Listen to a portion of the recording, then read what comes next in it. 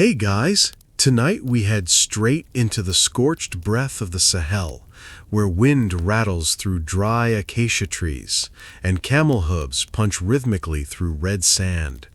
The sun's not just hot, it's interrogative.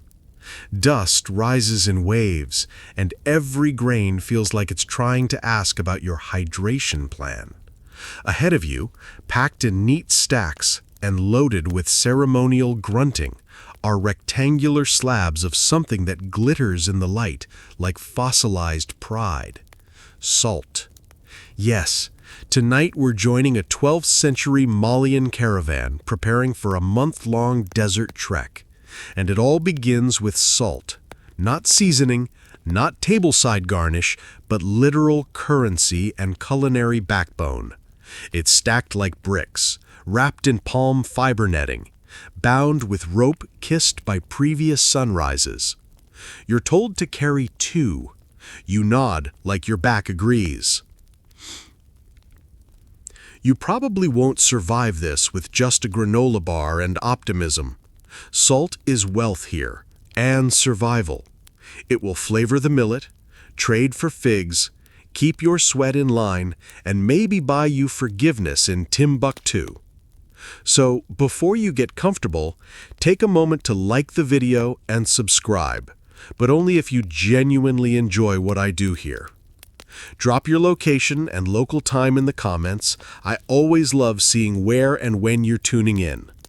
Now, dim the lights, maybe turn on a fan for that soft background hum, and let's ease into tonight's journey together. Your guide points to the stack and says, "These are not just for food, they settle debts." You nod.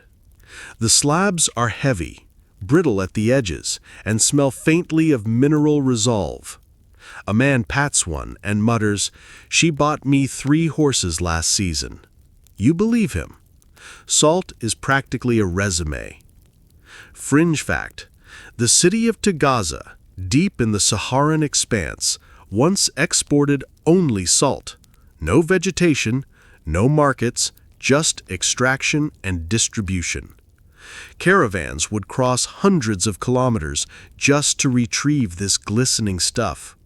Historians still argue whether Tagaza's economy was sustainable or just spectacularly stubborn.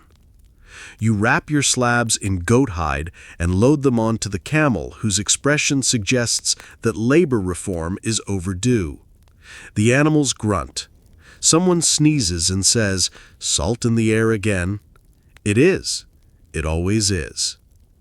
Other travelers begin portioning their personal slabs. One carves tiny shavings to gift a fellow merchant. Another breaks a corner to flavor porridge. A child hides a fist-sized chunk in her satchel for later snack diplomacy. You're warned, don't eat it straight. Too bold. But mixed with millet and melted in hot water, golden. As the caravan moves, you hear the crunch of salt slabs shifting under pressure, echoing like an ancient drumbeat. You tuck yours tighter into your pack. It feels sacred, slightly petty, and entirely necessary. Tomorrow, we talk about water and why leather bladders judge your sipping habits. You fumble with a water bladder that feels like a stubborn goat's opinion wrapped in leather. It sloshes, unevenly. Today's lesson is water, not how much you have, but how well you pretend it's enough. The leather container smells faintly of smoky campfires and unresolved thirst. Your guide eyes your grip. "Sip like a poet," he says. You try. Fail slightly. The camel snorts. This isn't hydration, it's strategy. The desert's dry, unforgiving, and riddled with opinions about your water discipline. Your bladder holds maybe 2 liters, which translates to 20 strategic swallows and 5 emotional ones. You're taught to ration it in syllables. 1 sip for morning songs, 2 for existential dread, and a gulp if your camel starts side-eyeing you in frustration. Fringe fact: traditional Malian caravans often packed water in cured goatskin bladders tied with acacia cords. These weren't just containers, they were prestige indicators. A well-seasoned waterskin could last 2 months and also serve as impromptu diplomacy. Historians still argue whether water rationing practices were standardized survival methods or deeply subjective rituals disguised as hydration schedules. The midday sun rises. Your lips crack. Someone offers tamarind water, slightly sour, aggressively hydrating. You nod in thanks, sip sparingly, and hand it back like it's a priceless scroll. Sharing water here isn't casual, it's spiritual intimacy with a splash of camel rights. At the next rest, you watch as bladders are refilled from a stone basin lined with goat prayer beads. No one rushes. Each pour is meditative. The man beside you hums a tune about rivers that once flirted with villages. You pour too, carefully. Your bladder swells slightly. It feels like hope wrapped in leather. Dinner arrives. Millet mash and dried figs. You sip once before eating. It's not just about digestion, it's about respecting the journey's rhythm. One elder says, water drunk after dark turns dreams vivid. You test it. Results? Mild hallucination of a talking camel, possibly prophetic. You hang your bladder beside your satchel. It leaks slightly. Someone chuckles. She's dramatic. You agree. Leather has moods. Tomorrow, millet arrives. Humble, reliable, and ready to fuel every footstep and mildly sarcastic conversation. You crouch beside a fabric pouch that's seen too many sunrises. It's frayed at the edges, smells faintly of roasted sand, and contains the caravan's edible heartbeat, millet. The grains shimmer in hues of dull gold and warm beige, like tiny nuggets of collective sanity. You scoop a handful. They're light, gritty, and slightly smug. This is the food that doesn't need praise, just boiling water and respect. Breakfast is called. The pot is seasoned from years of emotional meals. Someone stirs the millet with a copper ladle that creaks like it knows your astrological sign. Steam rises. The mash thickens. It's not glamorous, but it's durable, digestible, and endlessly remixable. You're served a bowl with 5 grains of salt and a whisper of tamarind. It tastes like survival with attitude. Fringe fact: millet was the foundational grain across much of West Africa, cultivated with precision and reverence. In Mali's caravan culture, millet wasn't just a staple, it was a taste bridge between home and hardship. Caravan cooks often sang to the porridge while stirring. Historians still argue whether this improved flavor or was just melodramatic calorie encouragement. You learn the variations quickly. Morning millet is loose, slippery, ideal for pre-saddled digestion. Noon millet stiffens into scoopable wedges, good for travel or passive aggression. Evening millet becomes artistic, mashed with figs, splashed with honey, or, on particularly emotional days, rolled into cakes and gifted with dramatic flair. Someone tells you, if you eat millet without complaint, the desert gives you wind in your favor. You nod, mouth full. The consistency today is ambitious. One merchant adds powdered cheese. Another sprinkles dried mint flakes from a pouch labeled "Decent Decisions." The kid beside you just stabs it with a stick and walks off. Respect. Your guide explains millet math. 2 ladles per adult per day. 1 if you're angry and want to make a point. 3 if your camel apologized last night. The grains keep arriving. There's no boredom here, only subtle shifts in texture, temperature, and social cues wrapped in porridge. Someone critiques today's stir. Too clockwise, they mutter. You stir counterclockwise next time. The millet softens. Tomorrow, honey cakes appear, sticky, persuasive, and ready to stop anyone from fainting in style.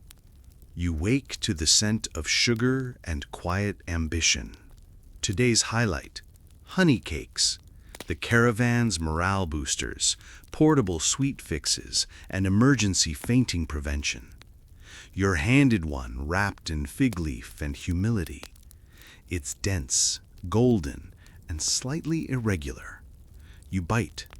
It's sticky, floral, and vaguely reminiscent of your best decisions. The preparation's deliberate. Millet flour blended with crushed dates, a splash of tamarind pulp, and honey harvested from sting-prone bees whose aggression is apparently historical.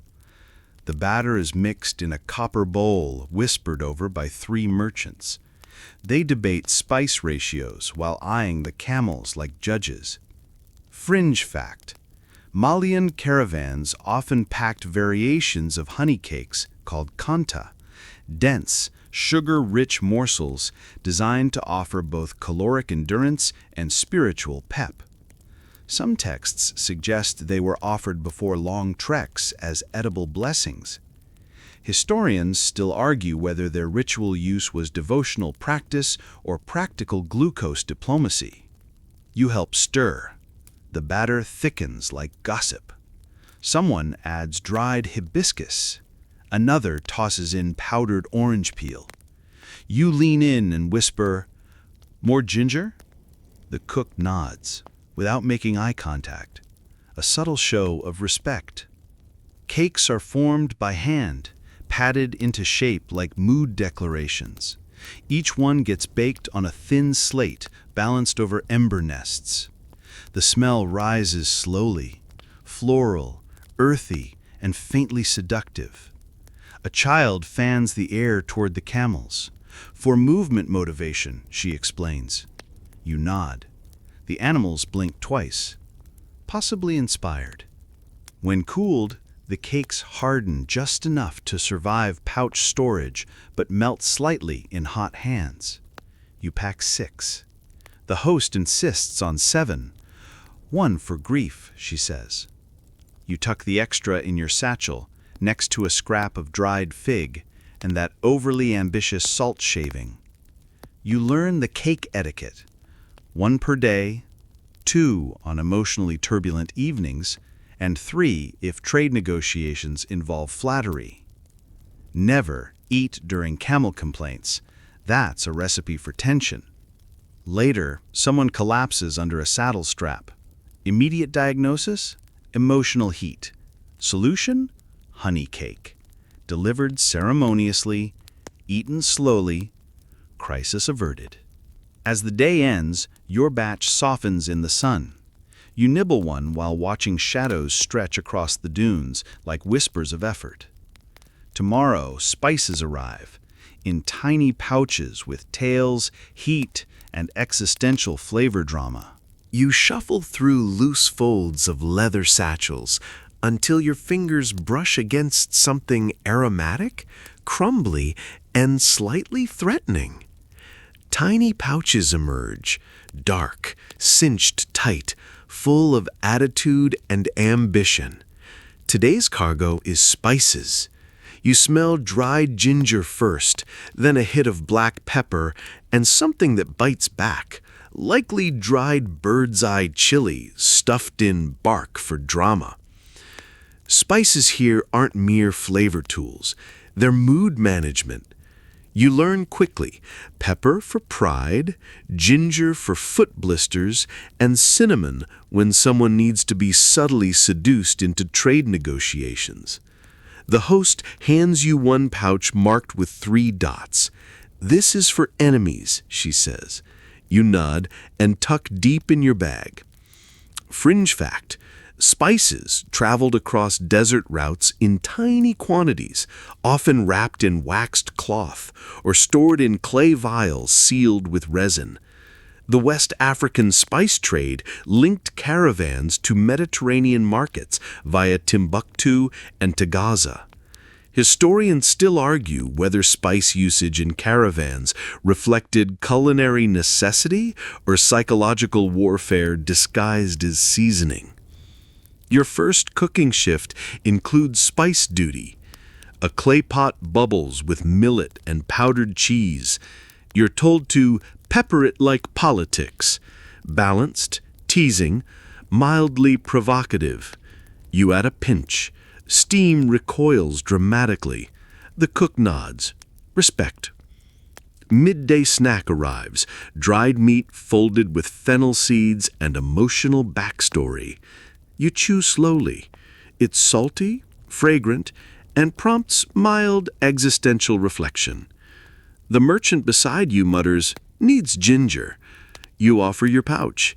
He sprinkles with flourish and a half apology. Night falls. You're asked to prepare tea with spice. The blend includes black pepper, dried mint, and one rogue clove. Everyone sips. One camel sneezes. Someone claims the mix made their dreams louder. You pretend that's scientifically plausible. Spices also regulate mood.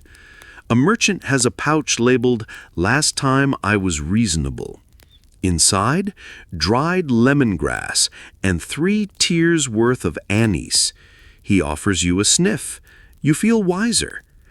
As the caravan resumes, you notice scent trails merging, spices wafting from satchels, swirling around hooves and sand like aromatic choreography. Someone hums. You recognize it as a stew chant, possibly sarcastic.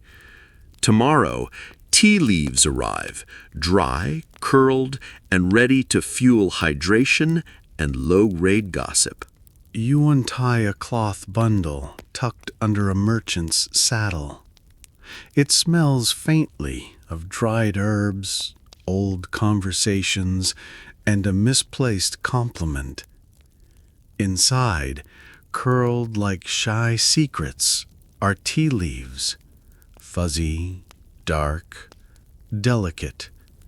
They're packed with ceremony, whispering hydration and gossip in equal measure. You're handed a handful, "Steep sparingly," someone murmurs. You nod. Tea here is serious social infrastructure. The leaves aren't uniform. Some are broad and waxy. Others are crinkled and sharp.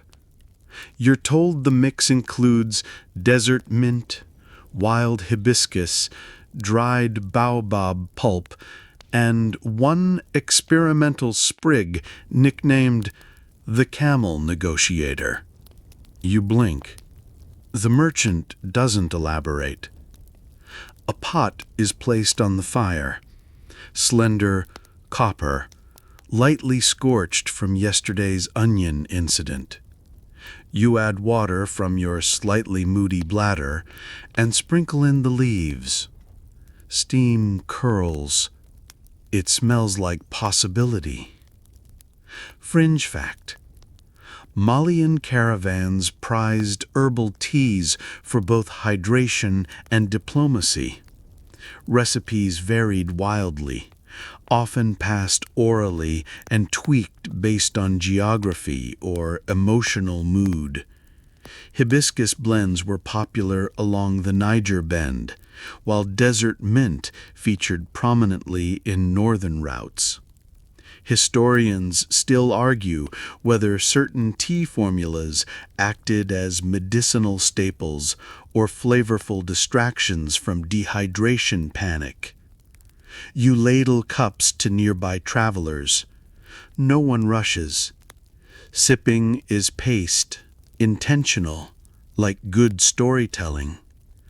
A man inhales deeply and mutters, "This one remembers Takeda." Someone else asks for refills.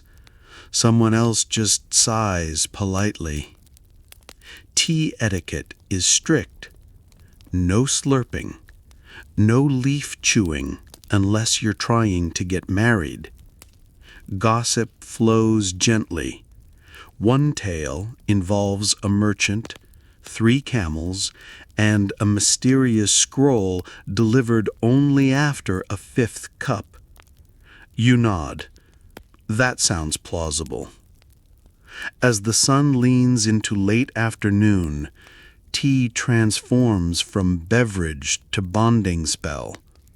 A girl giggles after her sip and confesses she added ginger for sass. Nobody minds. Flavor crimes are sometimes celebrated. You pack extra leaves in your pouch. Steeped once, they lose some bite, but not personality. Use them tomorrow, the host says. They still remember today. You swirl your last sip. It's tart, warm, and slightly opinionated. Tomorrow, tamarind enters the story. Sour, sharp, medicinal, and mildly combative. You squint into the satchel marked with faded orange thread and find a dense black paste packed in a gourd shell. Slightly sticky, wildly assertive. Tamarind. It's not subtle. It's sour, medicinal, and unapologetically opinionated. Today's packing list includes this desert fruit transformed into paste, pellet, and almost philosophical condiment. You smear a bit onto millet, it bites back. You nod. Mutual respect. The preparation varies. Some crush ripe tamarind with salt and chili flakes. Others stir it with honey and dried mint until it resembles diplomatic syrup. One merchant mashes it with dried fish flakes. Edgy, possibly illegal in 2 trade districts. You try that version. It tastes like spicy revenge wrapped in citrus phapology. Fringe fact: tamarind was used extensively in West African caravan cultures, not only for food preservation, but for body cooling and trade rituals. Its acidity made it valuable as an additive for thirst-quenching brews and even skin treatments. Historians still argue whether its medicinal properties were discovered via deliberate study or accidental snack-related miracles. You help prep the tamarind for travel, rolling portions into waxed cloth, folding them like emotional scrolls. Each pack is labeled, one for stew, one for tea, one for apology dinners. A child stashes an extra ball in his pouch. For camel moods, he whispers. You agree. Animals have emotional palates. Lunch includes tamarind millet mash. It's bold. One elder adds crushed dates. The result is harmonious chaos. A nearby merchant dabs some paste on his forehead. Part sunscreen, part protest. You don't ask. Later, the paste finds its way into medicine. Mixed with baobab powder and tea, it calms fevers and drama. A girl fans her uncle while applying tamarind under his tongue. He wakes with a grin and asks for ginger. You suspect he's mostly healed. At campfire, the paste becomes flavored diplomacy. Shared in palm leaf trays, offered to break tension after a long negotiation over copper bowls. You watch 2 feuding cooks each taste and nod silently. Peace by sourness. You tuck a puck of tamarind into your satchel. Slightly sticky, slightly divine. Tomorrow, we unpacked the copper bowls and the etiquette of eating like you deserve gossip rights.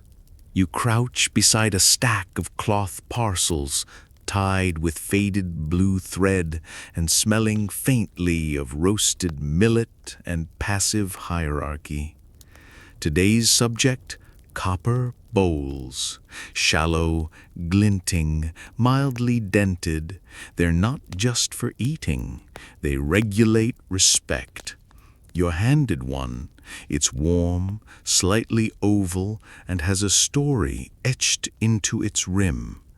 She once belonged to a prince with poor spice judgment, someone says. You nod, accepting the responsibility. Meal prep begins. Millet simmered in ginger broth, topped with a swirl of tamarind and 4 expressive fig slices. The bowls are unstacked and placed on a mat that's been folded 3 times, the etiquette standard for inter-caravan seating.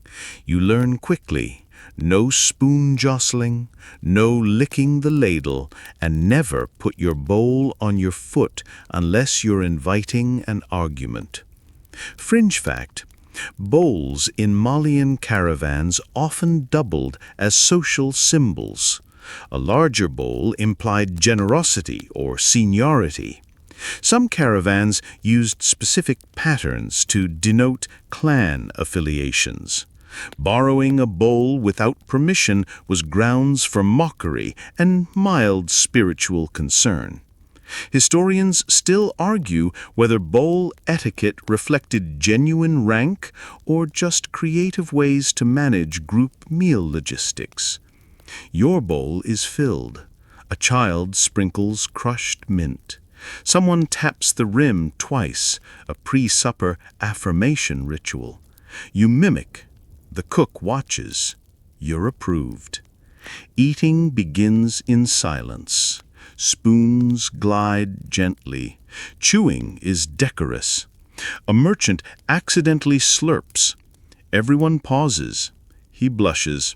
The camel sighs. Mid-meal conversations emerge. A man argues that fig counts determine mood. Another claims his bowl preserves flavor memories. You sip slowly, listening to ghost stories about bowls that once predicted trade outcomes. One tale includes a bowl, a spilled stew, and a dispute over an imaginary gold nugget. You take notes. Cautionary folklore. Your copper bowl gains a thumbprint. You don't mind. It means you're here, you're participating. You wash it with tamarind water and dry it with a piece of cloth embroidered with a single millet stalk. That's caravan poetry. Before bed, bowls are restacked, largest at the bottom, smallest on top. Yours sits in the middle. Someone tucks a date inside.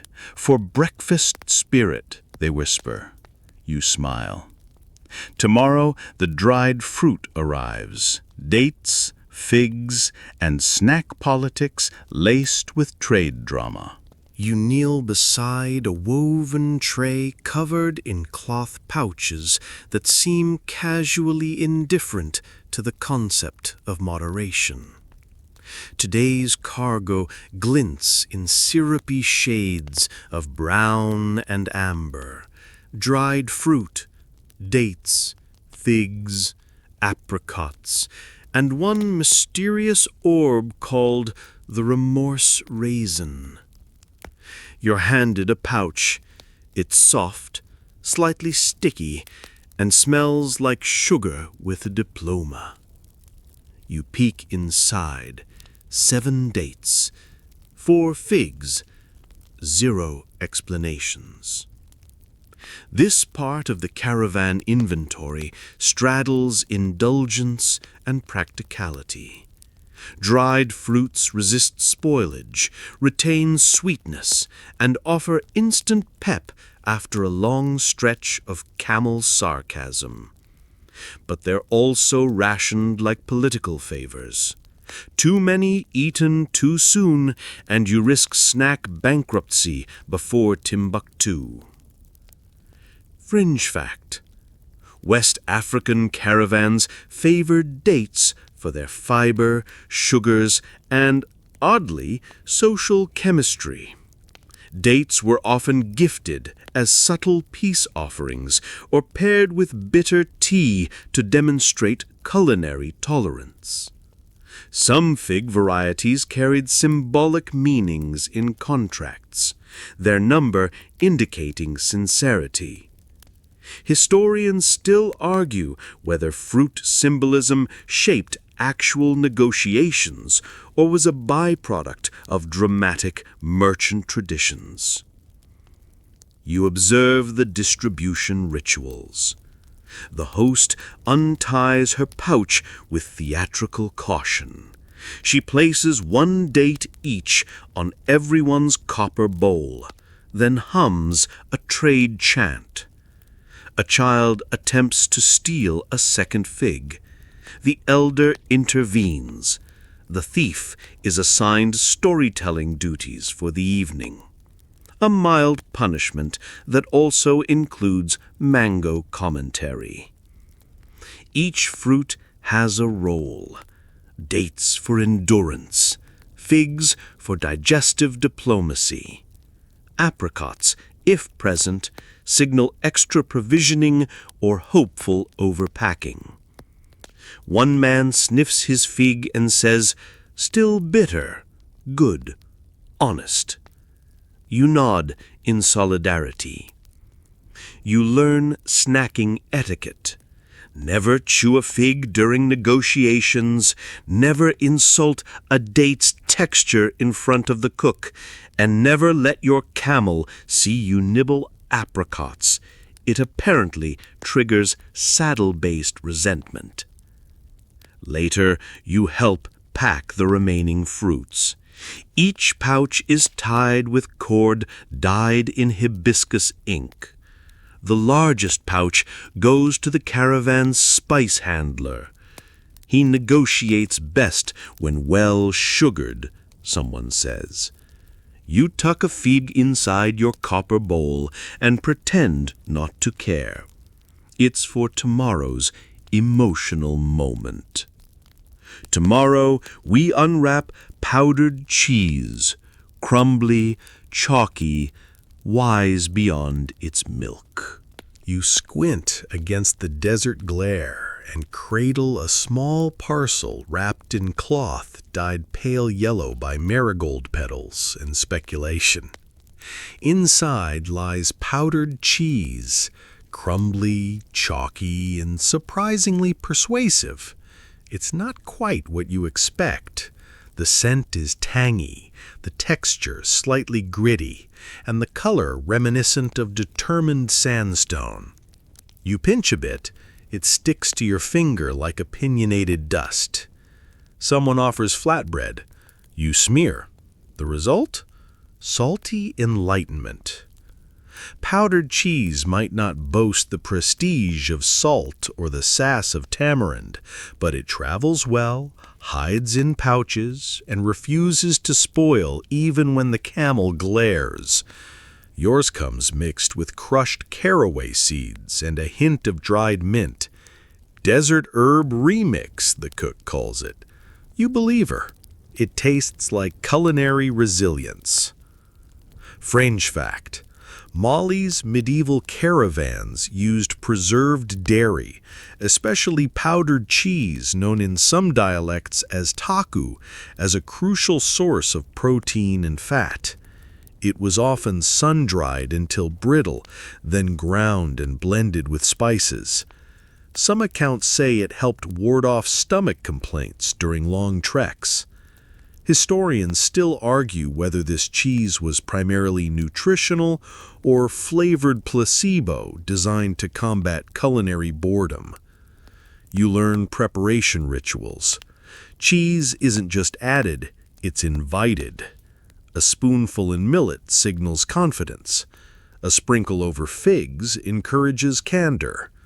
A generous coating on flatbread, that's usually a marriage proposal, or a very earnest apology. Later, you watch the cheese being re-powdered. Chunks of aged curd are sun-dried, pounded with tamarind bark, then sifted through copper mesh that hums slightly when agitated. One merchant insists his mesh sings a praise poem if you tap it twice. You try, it hums, maybe flirts.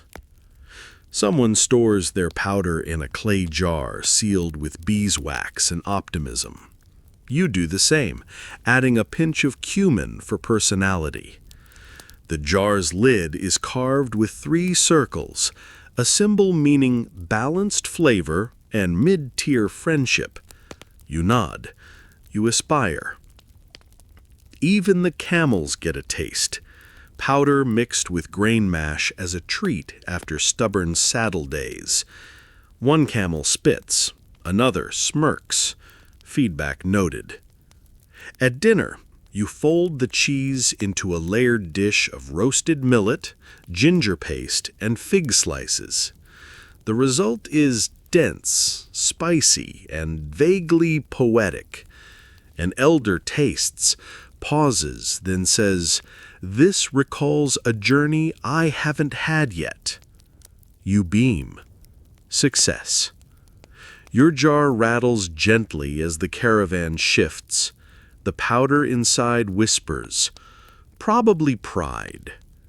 Tomorrow, you meet the medicine bundles, bark, roots, prayers, and one questionable potion brewed during a sandstorm scandal. You crouch beside a bundle wrapped in crimson-dyed fabric that smells like crushed mint and mild foreboding. It's heavier than expected. Inside, meticulously tied with braided string and clumps of protective ash, are medicinal bundles, bark, roots, seeds, dried leaves, and one clay ball labeled regret salve. You blink. Healing is organized chaos here. These aren't your standard first aid kits. Each bundle contains layers: bark for fevers, seeds for digestion, powder for spiritual migraines, and leaves rumored to have flirted with snake venom immunity. The healer, stoic, wiry, dressed in palm strips, hands you a twig wrapped in acacia fiber. "Chew this if your camel accuses you of dishonesty," he says. You nod sullenly. Fringe fact: traditional Malian caravans packed medicinal kits combining herbalism and ritual. Ingredients were sourced from the Sahel and Niger Valley, some traded for salt slabs or fish skin scrawls. Bark from the Kigelia tree treated wounds and supposedly heightened negotiation confidence. Historians still argue whether caravan healers practiced empirical medicine or an elaborate placebo system crafted through storytelling and performance. You sort your bundle. One packet contains powdered baobab leaves, good for heat rash and emotional cooling. Another holds dried kola nut slivers, energizing, bitter, and dramatically divisive. A tiny jar of tamarind gum sits beside an herb called windbringer, allegedly used to ease digestion and boost wind navigation through either spiritual channels or gastrointestinal persuasion. The healer's assistant demonstrates application rituals. Powdered bark is mixed with tamarind paste and applied with feather brushes made from retired hen gossipers. A spicy root extract is dabbed on the temples while chanting about betrayal and climate. You follow suit. The root burns slightly. Someone says, "Now it knows your secrets." You exhale dramatically. Even illnesses have etiquette. Coughing too close to the spice merchant? Rude. Forgetting the fig paste before taking root medicine? Social misdemeanor. Laughing during potion preparation? Instant foot assignment for cleaning camel hooves. Later, you witness a healing dispute. A merchant wants bark oil. The healer recommends salt and hibiscus tea instead. The elder nods. She needs poetry, not potions. The merchant reluctantly accepts her dose. 2 verses and a warm date.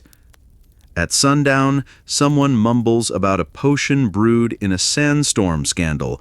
Ingredients included camel tears, powdered indigo, and 1 misplaced shoe. You request a sample. Denied. Only for heartbreak and rare hiccups, you're told. You wrap your own bundle tightly, slip it beside the copper bowl, and whisper to the bark, "See you if my dream is misbehave." Tomorrow, we meet indigo dye, perfumes, and how caravans branded themselves with flair, politics, and mild scent drama. You shuffle toward a tent draped in indigo-dyed cloth, fluttering like scandal in the breeze. Today's spotlight is branding, not for livestock, but for caravans. Visual flair, scented impressions, and politically charged powder pouches that say, "We exist and we smell like authority." You duck inside. The air is blue. Literally. Indigo dust hangs like perfume caught mid-flirt. Bundles are being tied. Strips of cotton dunked in fermented dye baths, twisted with silk ribbon, then stamped with symbols known only to 2 merchants and a slightly cryptic camel. You touch one cloth. It stains your fingertip purple. "That's leadership shade," someone jokes. You nod. It tingles. Fringe fact. Indigo dye, extracted from native West African plants, was prized in medieval Mali not just for textiles, but for social signaling. Deeper hues implied prestige, trade power, and occasionally religious affiliations. Caravan branding often blended cloth colors with aromatic hints like frankincense or crushed kola nut. Historians still argue whether these elements denoted actual clan ties or theatrical swagger designed to intimidate spice competitors. You're handed a sash. It's gark, wrapped in baobab bark, and smells like dried lemongrass with unresolved ambitions.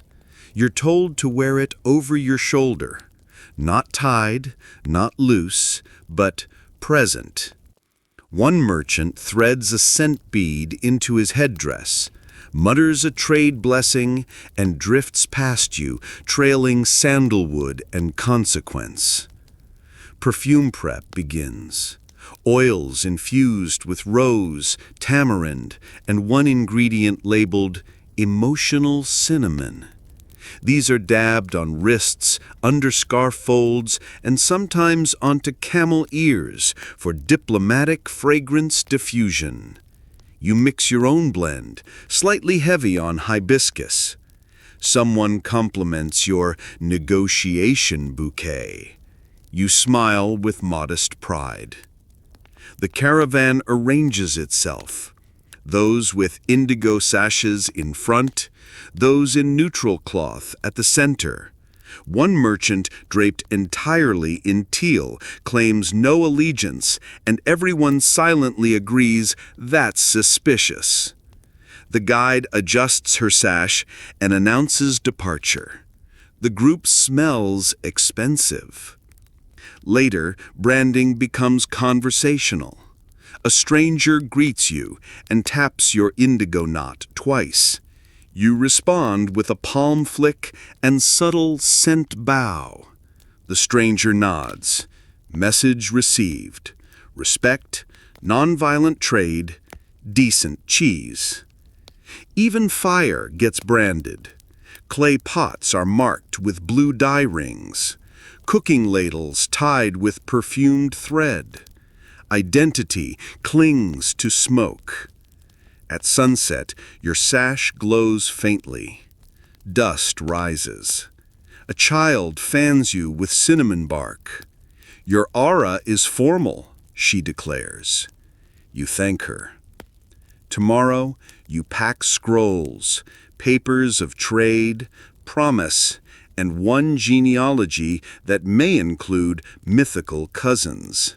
You shuffle closer to a bundle wrapped in sand-colored cloth, streaked with palm ink calligraphy. Inside, scrolls, thin vellum, bark paper sheets, and folded letters stained with tea and time. Today, you unpack the caravan's paperwork. Not boring inventory sheets, but trade documents, tax scrolls, personal notes, and one dramatic genealogical chart that casually claims descent from a sun god. You nod respectfully. Accuracy is negotiable. Each scroll unrolls with personality. One lists transactions, salt, copper, textiles, and questionable cheese incident. Another details promised gifts from one merchant to another. 2 dates, 3 figs, and 1 evening of unjudged storytelling. You tuck that one in your pouch for literary reasons. Fringe fact: Malian caravans often carried written documentation, including trade agreements, letters of credit, and family trees, especially when traveling toward Timbuktu's scholarly districts. Scribes used ink made from soot, indigo, and gum Arabic. Some texts mixed languages, Arabic, Songhai, and snippets of Mande slang. Historians still argue whether these scrolls primarily served economic legitimacy or a form of historical performance art. You sort scrolls by theme: legal, hopeful, dramatic. A merchant unwraps one labeled "Do not read aloud." Naturally, someone reads it. It's a spicy trade complaint against an apricot dealer. Everyone listens intently. Personal papers emerge: a folded bark slip poem about longing, a prayer for safe passage, written in trembling script beside a smear that might be tamarind or tears. Another scroll includes instructions on camel etiquette during salt negotiations, surprisingly strict. The genealogical chart arrives. It lists ancestors back 9 generations, farmers, scribes, one wrestler priest, and possibly a mythical twin who shapeshifted during trade routes. There's a footnote: interpreted via dream. No one questions it. Scroll storage matters. Each one is rolled tightly, wrapped in dyed cloth, and sealed with wax or fig paste. A pouch carries backup ink, a slurry of hibiscus dye and ground charcoal. You're told to always carry one blank scroll for emergency narratives, someone says. You pen your first note. It's part journal, part spice inventory, part camel behavior log. You signed it with crushed mint. Everyone approves. Tomorrow, we pack charcoal, black fuel, culinary pride, and the strict art of flame etiquette. You crouch beside a crate layered in stitched leather that smells like damp ash and generational patience. Inside lies the caravan's quiet heartbeat: charcoal. Deep black, fragile yet fierce, packed in bundles wrapped with indigo-streaked palm paper. Today's task isn't just cooking. It's mastering the etiquette of fire, a social ceremony masquerading as heat control. Charcoal isn't casual. You pick up a stick. It leaves dust on your fingers like wisdom too old to explain. Each piece is chosen: size, shape, burn potential. Your merchant friend mutters, "This one cooks truth." You believe her. It sparks slowly. Fringe fact: Malian caravans often packed charcoal with obsessive precision. The preferred source was hardwood from riverine groves, lightweight, slow-burning, and emotionally stable. Charcoal preparation was often guided by lunar cycles and negotiation schedules. Historians still argue whether fire rituals aligned with trade routes out of necessity or spiritual choreography disguised as heating methods. The fire circle is sacred, stones arranged, wind gauged, and the first coal placed like a declaration. You lean close, it crackles faintly, releasing scent. Not smoke, but intention. Cooking begins. Millet, powdered cheese, and a whisper of tamarind. Every fire has rules. Never relight with last night's ash unless reconciling. Never stare into the flame when angry. Never offer someone else's coal. At dinner, these rules become choreography. One elder adjusts his fire quietly after misstepping in conversation. Balance restored. You prep your own dish, figs seared with hibiscus, folded into millet mash. Charcoal provides the blush, the flavor deepening into soft drama. A child wafts smoke toward a camel. He's moody today, she explains. You add one ember to a pot of tea. It simmers with quiet flair. Charcoal is also status. Larger bundles suggest leadership. Decorative wraps imply trade fluency. A merchant tucks his under a silk cloth and whispers, "This is my insurance." Even flavor changes. Burnt edges imply strength. Soft sizzles hint at diplomacy. You learn to tilt the pan, left for humility, right for boldness. Your roasted breadfruit earns silence, then applause. At sunset, coals are buried, not discarded, saved. Tomorrow's flavor remembers today. Tomorrow we open personal pouches, talismans, oils, and the strange magic of portable identity. You ease onto the soft weave of a mat stitched with strands of gooseberry fiber and quiet recollection. It's packing day. The caravan's final stretch looms ahead, and the bundles awaiting closure are deeply personal.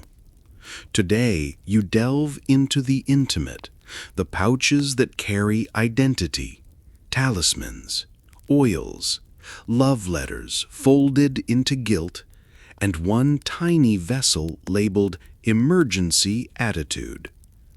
Your own pouch smells like time and faint regret. Inside, a polished river stone with a groove worn by thumb anxiety, a small cloth embroidered with your grandmother's proverb, and a dried baobab curl meant to inspire dream stability. A merchant hands you a carved charm, wood etched with ancient script and possibly sarcasm. For negotiations and foot cramps, she explains. You nod solemnly. Fringe fact: caravanners across Mali often carried talismans blessed by griots, infused with herbal oils, or linked to oral histories. Some charms included bone fragments, strands of indigo, or brass shavings shaped into symbols. Historians still argue whether these objects functioned purely as psychological supports or as spiritual companions with complex meanings tied to clan lineage and trade route mythologies. You watch travelers checking their bundles, wrapping amulets in palm fiber, sealing emotion oils in clay vials, and folding letters that will never be delivered but must be carried. One man repacks a sachet of powdered mint tied with copper wire. Smells like sincerity, he says. Another hides a scrap of dyed silk under her sash. A secret, maybe, or a promise. Even camels wear charms. Tiny beads braided into harnesses, shaped to ward off sandstorms and stubborn knee moods. One beast carries a pouch labeled non-negotiable. You don't ask. Your oil vial glows faintly, infused with rose petals, frankincense, and a suspicious drop of tamarind. You dab some behind your ear. The elder nods. Now you'll speak clearly. You write one final note on a bark slip, 3 lines of thanks, one sketch of a fig. You tuck it beside the copper bowl, then wrap everything, scrolls, cheese powder, emotional indigo, into a cloth stitched with journey symbols. As the caravan stands in formation, each traveler carrying scent, meaning, and soft worry, you realize this pouch isn't just memory, it's portable magic. You walk forward, bowls stacked, dreams folded, and the taste of yesterday softened with mint. You're still here, but gently now, like the last ember tucked beneath cooking stones, content to glow without explanation. The desert hushes. Even the camels seem slower, more contemplative, their harnesses jingling like memory bells. Your copper bowl is wrapped. Your salt slab sits quiet. And that little fig sketch you tucked into your pouch? It feels warm, like someone's waiting to remember it. Your steps settle. The wind cools.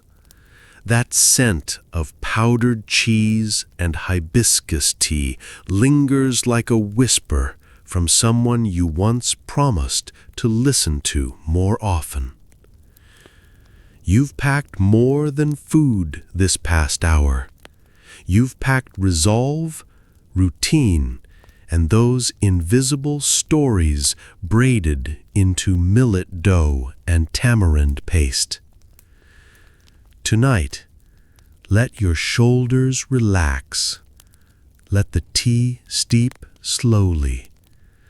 The stars above Mali once mapped caravan rhythms. Now they trace yours, quiet and patient. Close your eyes. Let the dreams arrive, not loudly, but curled like scrolls, flavored faintly with dates and candor. The fire's out, the feast is memory, but you've got it all packed. Somewhere in your satchel, a charm still pulses gently.